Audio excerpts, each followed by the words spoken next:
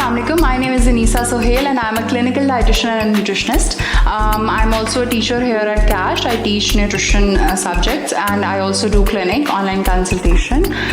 मेरा जो passion है that is to work on nutrition awareness because this is something जिसमें पाकिस्तान में काम होने की बहुत ज़्यादा ज़रूरत है.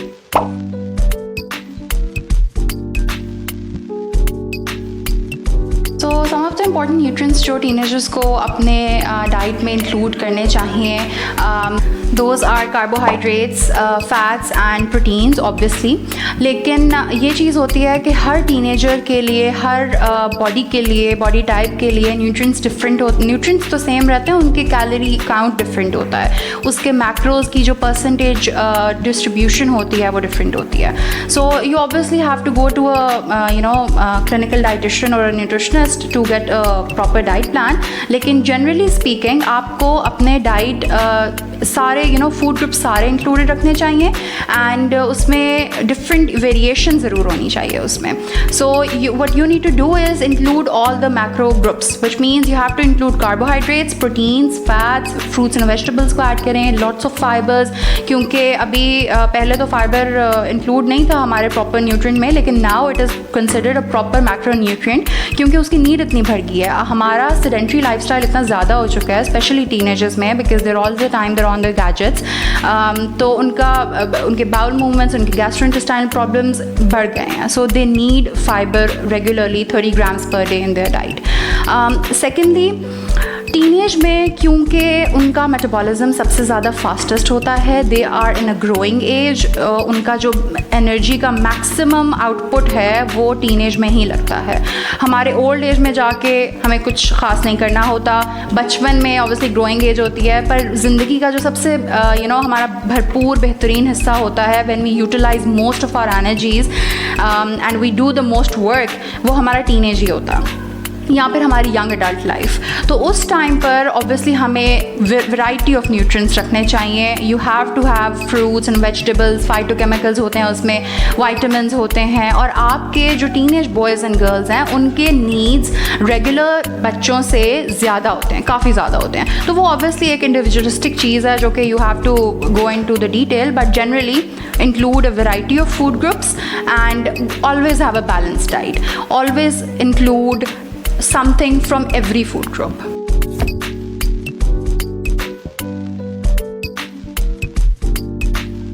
So a huge problem nowadays सिर्फ teenagers में नहीं है, ये young adults में भी चीज़ है, especially the students who are going to college and university, और जो बच्चे high school के टाइम पे जो होते हैं they are facing bullies. and सिर्फ bullies ही नहीं, अब तो because social media it is so common nowadays कि जो हमारे young students हैं 15-16 साल के लड़के लड़कियाँ they are going through body image issues. they see influencers जो कि बिल्कुल perfection show कर रहे हैं इंटरनेट पे. The person who is watching those pictures and all those Facetune, Photoshop pictures वगैरह, उनको नहीं पता कि अगले बंदे की ज़िंदगी में behind the scenes क्या चल रहा है. What they see is perfection, what they see is happiness. What it actually does to them is psychologically वो उनको एक insecurity में डाल देते हैं. वो insecurity उनके किस लाइफ के किसी भी एस्पेक्ट से हो सकती है. But what we are going to talk today it's about body image issues, क्योंकि बॉडी में मतलब मोटापा, पतला होना and all those things, weight management का कितना बड़ा इशू है पाकिस्तान में. सो बॉडी इमेज इशूज़ को वो लीड करता है. And once you hit that psychological thing, उसके बाद वो फिर इमोशनल ईटिंग में कन्वर्ट हो जाता है. Binge eating, anorexia, it is so common in girls. सिर्फ बिंज ईटिंग ही नहीं है, इसके अलावा बुलिमिया नर्वोसा, जहाँ पे आप वॉमिटिंग को इंड्यूस करते हो और आप guilty feel, you binge eat and then you feel guilty कि आपने इतना ज़्यादा क्यों खा लिया, and then the person induces vomiting खुद से, और फिर आप उल्टी करते हो, वो एवरेज सारे जो न्यूट्रिएंट्स होते हैं वो बाहर निकल जाते हैं. It is a huge problem. बच्चों को पता भी नहीं होता they are going through it, but they are, even parents don't know this. तो एक तो ये चीज़ के you have to have awareness. If any parents are watching me right now, what I would suggest you is कि आप ज़रूर इस पर किसी साइकोलॉजिस्ट जो आपको इमोशनली इसको डील करने का तरीका बताए और किसी डाइटिशियन जो आपको डाइट थेरेपी के थ्रू इसको बताए कि इसको डील कैसे करना है, क्योंकि चांसेस आर कि आपके बच्चे से गुजर हैं और आपको पता भी नहीं है। और मैं एज अ डाइटिशियन इसको इसके क्या दूंगी, सॉल्यूशंस दूंगी। Number 1, obviously get a professional psychological help, क्योंकि ईटिंग डिसऑर्डर्स ठीक है, इसका खाने से ताल्लुक़ है, लेकिन इसका एक डीपर लेवल पे it is an emotional thing.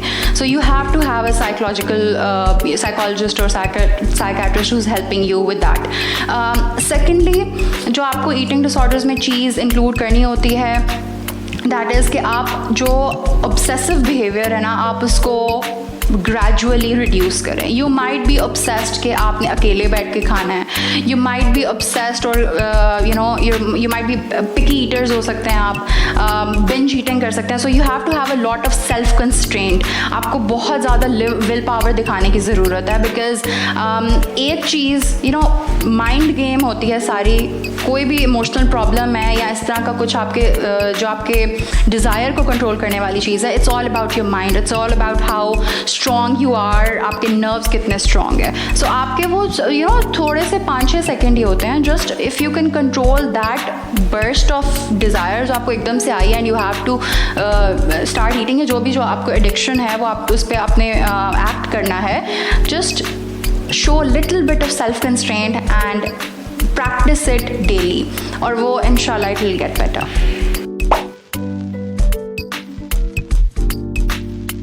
तो अब जो हम बात करेंगे दैट इज़ के स्टूडेंट्स या टीनेजर्स को जो अनहेल्दी फूड से या जंक फूड से एक एडिक्शन होती है, how can we control that, why it is there and warning signs क्या है।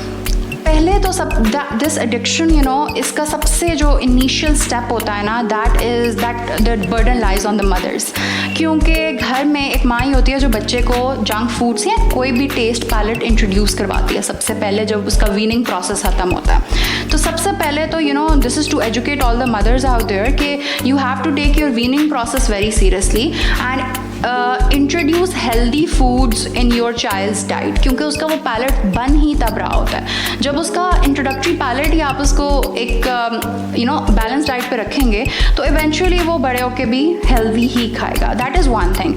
Secondly, junk food addiction is something very real and इसको आपको बच्चों को डांटने की ज़रूरत नहीं है कि आप नहीं खाना या उसको आप उस पर कर्फ्यू लगा देते हैं बच्चों पे या इस तरह से कुछ।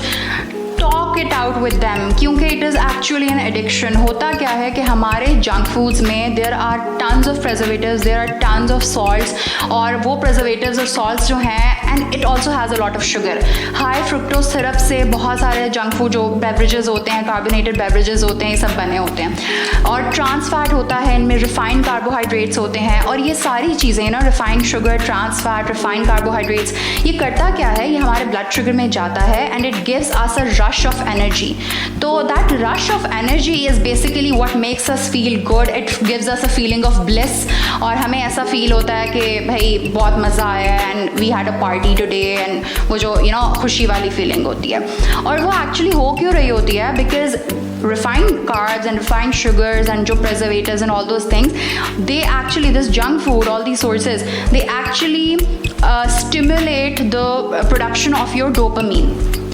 Dopamine, क्योंकि it's a neurotransmitter, it's a hormone which makes you feel all those things, तो क्योंकि वो रिलीज़ होता है, इसकी वजह से आपको ये सारे फीलिंग्स आते हैं। और आपको पता है, this is very interesting and dangerous at the same time, because जब आप कोई ड्रग एडिक्ट होता है, किसी भी ड्रग आइटम से उसको कोई एलर्जी है, एडिक्शन है, तो what it actually does is कि ड्रग भी जाके डोपामिन को ही स्टिमुलेट करता है, and sugar and refined carbohydrates and all the junk food does the same.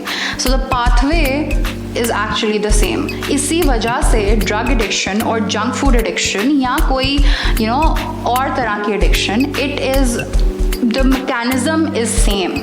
So junk food addiction is very real and it should be dealt with the help of a professional and it should be taken very seriously. तो या this is this and आप मतलब parents के लिए ये suggestion है how to control this.